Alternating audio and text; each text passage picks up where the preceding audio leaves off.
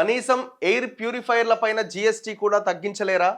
స్వచ్ఛమైన గాలి ఎలాగూ అందించలేరు అని ఢిల్లీ హైకోర్టు ఫైర్ అవుతున్నది.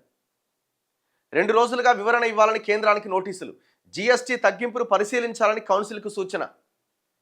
సో విషయం ఏంటంటే ఈ ఉత్తరాది మొత్తం ఈ పొగమంచు దట్టు పొల్యూషన్ ఈ అన్నింటి కారణంగా అసలు కనీసం గాలి కూడా పీల్చడానికి అవకాశం లేకుండా ఉన్నది. హైదరాబాద్లో కూడా చాలా భయంకరంగా ఉంది. మనకి ఇప్పుడు అర్థమైతే అంటే మన బాడీకి అంత ఈజీగా ఇప్పటికిప్పుడు తెలుస్తలేదు, కానీ ఢిల్లీలో అయితే బయటికి వెళ్తే ఏదో అవుతున్నది, ఇదంతా నొప్పి వస్తుందట. ఆడికి పోయి జర్ర అటు ఇటు తిరిగి అటు ఇటు చేస్తే ఒక సైడ్ అంతా మీరు ఒక గంట సేపు 2 గంటలు బయట తిరిగి ముక్కలు వేలు పెడితే మొత్తం ఇటు నల్లగా వస్తుందట. అంత భయంకరమైన పొల్యూషన్. అయితే కోర్టు అడుగుతున్నది, అరే నాయన నువ్వు ఎట్లాగో స్వచ్ఛమైన గాలి అందించలేరు, మీరు కనీసం ఎయిర్ ప్యూరిఫైయర్లను పెడతారు కదా ఇండ్లల్లో, ఆ ఎయిర్ ప్యూరిఫైయర్ల మీద కూడా జిఎస్టీ వేసిరు, జిఎస్టీ అనే కనీసం తీసేయండి అని ఢిల్లీ హైకోర్టు జడ్జి అడుగుతున్నారు, గవర్నమెంట్ని ప్రశ్నిస్తున్నారు.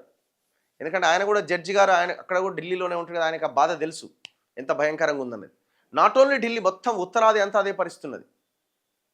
ఇంకా మనం కొంత బెటర్ పొజిషన్లో ఉన్నాం, మనం కూడా ఆ స్థాయికి వెళ్తాం తప్పకుండా. ఎందుకంటే మనం ఈ గుట్టలు పుట్టలు చెట్లు అంతా రియల్ ఎస్టేట్ చేసేస్తున్నాం కదా, మనం కూడా మనది కూడా అదే సాగు. ఇగో ఢిల్లీలో 2 రోజులు ఉంటేనే ఇన్ఫెక్షన్కు గురయ్యా, అట్లున్నది పరిస్థితి. అంటే బతకడానికి కూడా అవకాశం లేదు ఢిల్లీలో.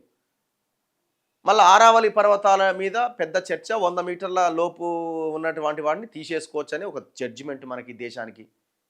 కేంద్రం ఆలోచన కూడా తీసేయాల, మొత్తం దాన్ని కాంక్రీట్ జంగిల్ చేయాలనేది వాళ్ళ ఆలోచన. ఇవాళ అడవిని మొత్తం లేపేయాలి, అదానికి ఇచ్చేయాలనేది ఇంకొక ఆలోచన. ఏమవుతుంది భవిష్యత్ ఏమవుతుంది? ఈ సోకాల్డ్ ఈ బ్యాచ్ ఉంది కదా, సోషల్ మీడియాలో పోస్టులు పెట్టే బ్యాచ్, వాళ్ళు ఇది తెలుసుకోండి ఫస్ట్.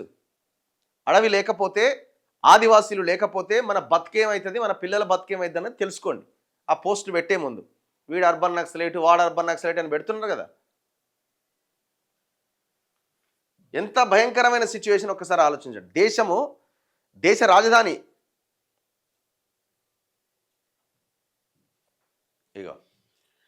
దేశ రాజధాని సహా పలు ప్రాంతాల్లో గాలి కాలుష్యం తీవ్రంగా ఉన్నది. కాలుష్యాన్ని ఎలాగూ కట్టడి చేయలేరు, కనీసం ఎయిర్ ప్యూరిఫైర్ల పైన అయినా జిఎస్టీ అయినా తగ్గించలేరా అంటూ కేంద్ర ప్రభుత్వాన్ని ఢిల్లీ హైకోర్టు ప్రశ్నించింది. ఇలాంటి ఎమర్జెన్సీ పరిస్థితుల్లోనూ ఎయిర్ ప్యూరిఫైర్ల పైన 18% జిఎస్టీ కొనసాగిస్తుండడం పైన ఆగ్రహం వ్యక్తం చేసింది. ఈ మేరకు కేంద్రానికి నోటీసులు జారీ చేస్తూ 2 రోజుల్లోగా వివరణ ఇవ్వాలని ఆదేశించింది. ఎయిర్ ప్యూరిఫైర్లను మెడికల్ డివైజులుగా పరిగణించి వాటిపైన ప్రస్తుతం ఉన్న 18% జిఎస్టీని 5%కి తగ్గించాలి అని కోరుతూ అడ్వకేట్ కపిల్ మదన్ ప్రజా ప్రయోజన వ్యాజ్యాన్ని దాఖలు చేసిండు, పిల్లేసిండు ఒక ఆయన. దీనిపైన చీఫ్ జస్టిస్ దేవేంద్ర కుమార్ ఉపాధ్యాయ, జస్టిస్ తుషార్ రావు గేదెల ఆధ్వర్యంలోని డివిజన్ బెంచ్ బుధవారం విచారణ చేపట్టి ఈ స్టేట్మెంట్ ఇచ్చింది. ఆయన ఎవరు? కేంద్ర మంత్రి చెప్తున్నాడు, 2 రోజులు ఉన్న ఢిల్లీలో మొత్తం ఇన్ఫెక్షన్ అయిందని చెప్తున్నాడు. ఢిల్లీలో గాలి కాలుష్యం పైన కేంద్ర మంత్రి నితిన్ గడ్కరీ ఆందోళన వ్యక్తం చేశారు. ఢిల్లీలో 2 రోజులు ఉంటేనే అనారోగ్యానికి గురయ్యాను అని ఆవేదన వ్యక్తం చేశారు. వెటరన్ జర్నలిస్ట్ ఉదయ్ మహర్కర్ రాసిన my idea of nation first పుస్తకావిష్కరణలో ఆయన మాట్లాడిండు.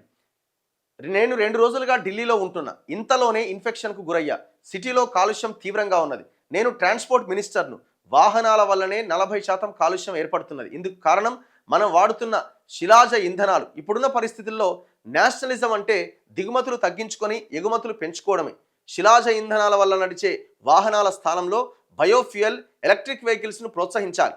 అప్పుడే మనం ఆత్మనిర్భర్ భారత్ను సాధించగలమని వ్యాఖ్యానించారు. ముస్లింలు అందరూ టెర్రరిస్టులు అనడం సరికాదు. ఏపీజే అబ్దుల్ కలాం మన దేశ ఐకాన్. అలాంటి అబ్దుల్ కలాంలు మరెంతో మంది రావాలి. అది విద్య వల్లనే సాధ్యం. హిందూ ముస్లిం ఇష్యూను అడ్డం పెట్టుకొని కాంగ్రెస్ ఓటు బ్యాంకు రాజకీయాలు చేస్తోందని విమర్శించారు. కేంద్రంలో ఢిల్లీలో బీజేపీని అధికారంలో ఉన్నది. ఢిల్లీ కాలుష్యంపై కనీసం గడ్కరీ అయినా ధైర్యంగా నిజం ఒప్పుకున్నారని కాంగ్రెస్ పేర్కొన్నది. ఇప్పుడు ఇదేమి బీజేపీ హయాంలో వచ్చిన పరిస్థితి ఏం కాదు. ప్రభుత్వాలు దశాబ్దాలుగా పాలిస్తున్న వాళ్ళు తీసుకున్నటువంటి నిర్ణయాల ఫలితమే ఇదంతా. అందులో కాంగ్రెస్ది ఉంది, ఇప్పుడున్న బీజేపీది ఉన్నది. గతంలో కూడా బీజేపీ ఉన్నది కదా. ఇప్పటికైనా మారాలి కదా. మరి ఆరావళి పర్వతాల తొలగింపు కార్యక్రమాన్ని ఎందుకు చేపడుతున్నారు? మొత్తం అడవి అంతా తీసేసి ఛత్తీస్గఢ్ ఈ ఈ అడవులంతా తీసేసి అదానికి అప్పగించాలనే ప్రయత్నం ఎందుకు జరుగుతున్నది? మైనింగ్ చేయాలనే ప్రయత్నం ఎందుకు జరుగుతున్నది? అందులో భాగమే కదా ఈ ఆపరేషన్ కగారి వ్యవహారం ఇదంతా కూడా. కాదా? కాదంటే కాదని చెప్పండి. స్టేట్మెంట్ లేదు కదా ఇంతవరకు కేంద్రం నుంచి. లేదు లేదు దానికోసం కాదు మేము చేస్తున్నదని అంటలేరే. డెడ్ లైన్ పెట్టి మరి మీరు కొడుతున్నారంటే దాని ఉద్దేశం ఏంది?